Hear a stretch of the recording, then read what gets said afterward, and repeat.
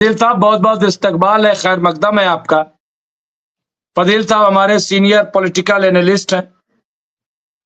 फजील साहब नेशनल और इंटरनेशनल जो पॉलिटिक्स है उस पर बड़ी गहरी नजर रखते हैं। और सबसे बड़ी चीज जो मैं कहता हूं वो बहुत, उसको आप ये ना समझिए कि मैं जब कह रहा हूं तो कोई यूं ही है। देखिए, चीजों को पढ़ लेना काफी नहीं होता है, किसी चीज को देख लेना काफी नहीं होता है कि देखा कोई लाल रंग है तो देख लिया साहब लाल रंग है, लेकिन लाल रंग के अलग अलग मानी होते हैं। अगर कोई लाल रंग कहीं रेलवे ट्रैक पर हो तो उसके मानी अलग है। वो लाल रंग तो है लेकिन मानी बदल जाते हैं। हरा रंग है तो मानी बदल जाते हैं, येलो है तो मानी बदल जाते हैं, जहां जहां अलग अलग। किसी के जिस्म पे लाल रंग हो जाए, शर्ट पहन ले, उसके अलग मानी। और अगर मजदूर झंडा लेकर के, आपको तो पता ही है कि क्रांति के बारे में 1917 में किस तरह से जो है अपने खून से झंडे को, इसीलिए रेड कलर बह रहा। मैं तफसील में नहीं जा रहा हूं। तो मैं बताना चाहता हूं कि फजील साहब सिर्फ चीजों को देखते नहीं, पढ़ते नहीं, उसको समझने की कोशिश करते, उसमें दिमाग लगाते हैं।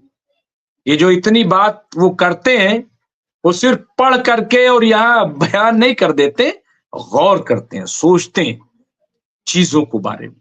और यही जियो पॉलिटिक्स को समझने का सही तरीका है। पॉलिटिक्स को समझने का सही तरीका ये कि आप कितना गौर करते हैं, कितना फिक्र करते हैं। जब आप गौर करते हैं तो आपके डांडे जो है, जैसा कि अभी हमने कहा कि ये जो जेलेंस्की पर इल्जाम लग रहा है कि तुम साजिश कर रहे हो तीसरे वर्ल्ड वार की, तो ये क्या बात सिर्फ वहीं तक खत्म हो जाएगी? नहीं खत्म होगी वहां तक। ये बात इजराइल तक आएगी, ये बात नेतन्याहू तक आएगी। अब चूंकि एक साथ तो ट्रंप बात कर नहीं सकते, तो चलिए मैं इसको और समझूंगा मैं इसको फजील साहब से। फजील साहब का इस्तकबाल है, खैर मकदम है। तो इसके अलावा देखिए, मैं अभी बयान कर रहा था कि तुलसी गबार्ड ने कहा कि लोगों के हितों और शांति के लिए खड़े होने में आपके अडिग नेतृत्व के लिए अमेरिकी राष्ट्रपति डोनाल्ड ट्रंप को धन्यवाद दिया। उन्होंने कहा कि आपने बिल्कुल सच कहा है कि जेलेंस्की कई सालों से अमेरिका को तीसरे विश्व युद्ध और परमाणु युद्ध में घसीटने की कोशिश कर रहे हैं, जबकि ऐसा करने के लिए उन्हें किसी ने नहीं कहा। उन्होंने कहा कि राष्ट्रपति ने जो किया बिल्कुल सही किया। गबार्ड को ट्रंप के शासन में बड़ी जिम्मेदारी मिली है, कोई मामूली बात नहीं है। और थोड़ा से मैं अगर उर्दू की तरफ चलूं, जो सूरत हाल है, गजा में जंगबंदी जारी रहनी चाहिए, आलमी इदारा खुराक की ताकीद कि अब जो है जंगबंदी को नुकसान न पहुंचे। इसके अलावा जंगबंदी के दूसरे मरहले पर बातचीत शुरू नहीं हुई, ये ताहिरुल नूर ने इसका जो है वो जिक्र किया है, तो इसको भी हम समझेंगे कि ऐसा क्यों। और सीरिया के हालात जो है वो तो हम जिक्र कर ही रहे हैं कि अच्छे नहीं है, और वहां पे बड़ी जंग जो है शुरू हो सकती है। लेकिन अभी हम और बात करेंगे।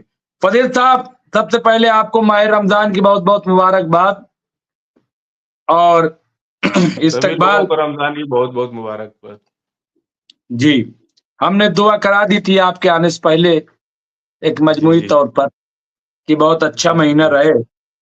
तो मैं सबसे पहले अपडेट के साथ साथ मैं चाहूंगा कि जो बात मैं कर रहा था, पहले थोड़ा से आप हमें एक तमहीदी तौर पर बात कर लें, फिर मैं आगे। और कैप्टन साहब बस जुड़ने वाले। कैप्टन साहब ने कहा था कि हम थोड़ा ताखिर से लेकिन जुड़ेंगे वो। जी, सारा अपडेट तो आपने दे ही दिया। अभी तो सबसे बड़ा अपडेट दुनिया में एक ही चल रहा है, जेलेंस्की और ट्रंप की बहस व्हाइट हाउस के अंदर। ये एक बहुत बड़ा मुद्दा है, और जेलेंस्की और ट्रंप इतना एक दूसरे के ऊपर एग्रेशन हो गए। जनरली दो राष्ट्राध्यक्षों की जब मीटिंग होती होती है तो बंद कमरे में बहुत सी बातें हो जाती हैं और बंद कमरे में होके गुस्सा-वुस्सा जो होता है उसी कमरे में निकाल करके ठंडा पानी पी करके और प्रेस के सामने दोनों लोग हाथ मिलाते हुए, मुस्कुराते हुए आते हैं। लगभग सभी बड़े देशों की मीटिंगें ऐसे ही चलती हैं। अंदर क्या बात हुई, क्या हुआ, फाइलें फेंकी गईं, गालियाँ दी गईं, एक-दूसरे को नीचा कहा गया, लेकिन वो बातें बाहर नहीं आती। लेकिन आज देखिए अमेरिका और ज़ेलेंस्की का किसको अच्छा कहा जाए, या तो ट्रम्प साहब को भी कह सकते हैं, ज़ेलेंस्की को भी कह सकते हैं, कि प्रोवोक एक-दूसरे को कर दिए ये लोग और पूरी दुनिया के सामने ऐसे लड़ रहे थे जैसे 2 बच्चे आपस में लड़ रहे। ये दुनिया के लिए अच्छा नहीं है। इतना इम्पेशंस, इतना आपके अंदर धैर्य की कमी और ट्रम्प तो राष्ट्राध्यक्ष हैं अमेरिका की और ज़ेलेंस्की अभी परेशान हाल हैं। उनके साथ भीतरघात हुआ है।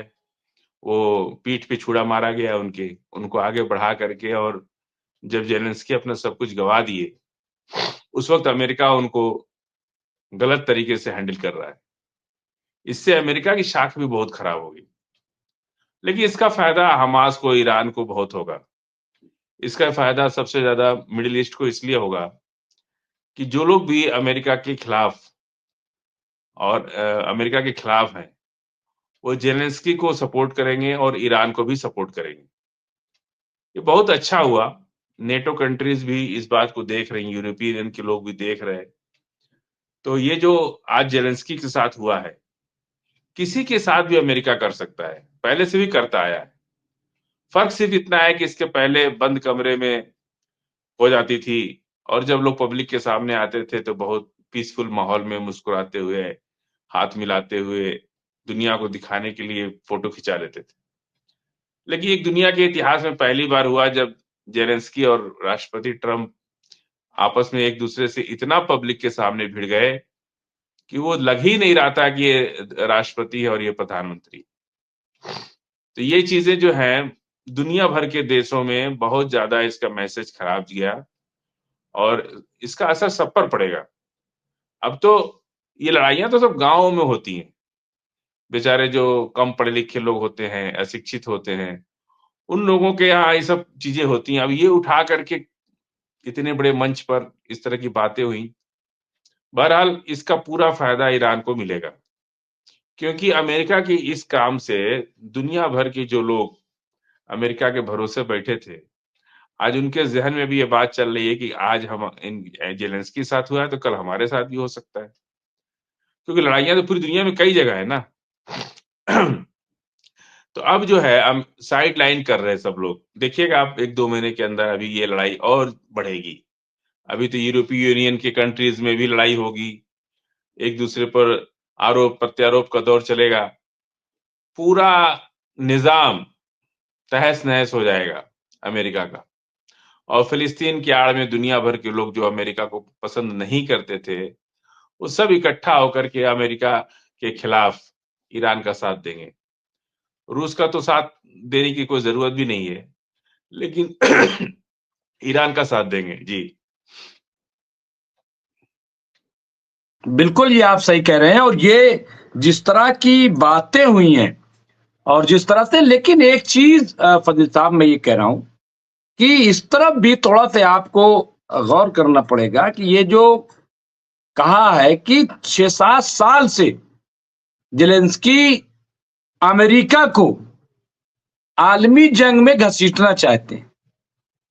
वो चाहते हैं कि न्यूक्लियर वॉर शुरू हो जाए और इस तरह के हालात पैदा हो जाएं। मैं थोड़ा सा जोड़ना चाहता हूं इजराइल से। क्या आपको नहीं लगता कि वही तकरीबन सूरत हाल जो है वो नेतन्याहू की है? जिस तरह से जंगबंदी के खिलाफ वर्जी मुसलसल करना, बार बार छेड़ना, प्रोटेस्ट को नजरअंदाज कर देना, क्या आपको नहीं लग रहा है कि ये भी चाहते हैं कि मिडिल ईस्ट में आग लग जाए, मिडिल ईस्ट जो है वो जंग के उसमें आ जाए? क्या तो वो जो वहां बात कही गई, मैंने कहा कि वहां जो कहा गया है उसको आप यहां से जोड़ कर देखिए थोड़ा सा। और अभी एक साहब ने लिखा कि भाई दूसरा यहूदी मुल्क कौन सा है? यूक्रेन, इस तरह से भी चीजों को लोग देख रहे हैं। लेकिन मैं ये कह रहा हूं कि ऐसे लोग जिनको परवाह नहीं होती और उनको लग रहा है कि मदद तो आ ही रही है, मतलब ये कितना खतरनाक है फजील साहब।